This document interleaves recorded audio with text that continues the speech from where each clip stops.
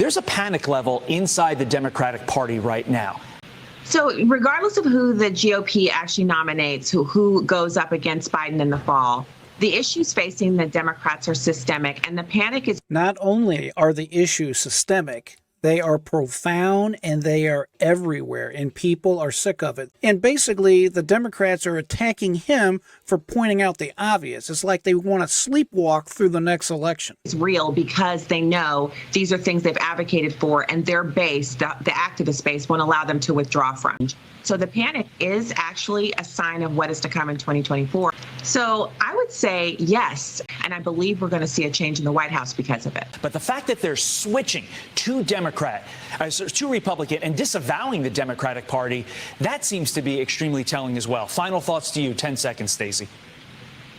Well, in Pennsylvania, in order to vote in the primary, you do have to actually be registered for that party. So they're switching their registrations because they want to vote for a particular candidate. We'll just have to see who that is. I think it's interesting because once you make that commitment, yeah, you could ostensibly go back, but it seems like you're all in for the Republicans now. You want to vote in the primary and you also want to vote in the general. We'll see what happens. Stacey, thank you. So he's exactly right. You have, and they're specifically talking about the state of Pennsylvania.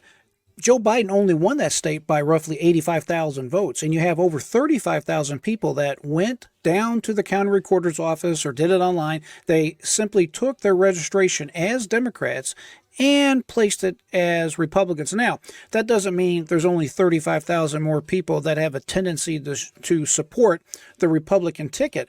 However, that is a very good indication that support is turning towards the Republican ticket, which is what I've been talking about all along. And you got to remember one other thing, too. Just because you are registered as a Republican or registered as a Democrat in this particular case does not mean that when you actually go down and vote for the actual president, you're not obliged to only vote for the Democrat nominee or the Republican nominee.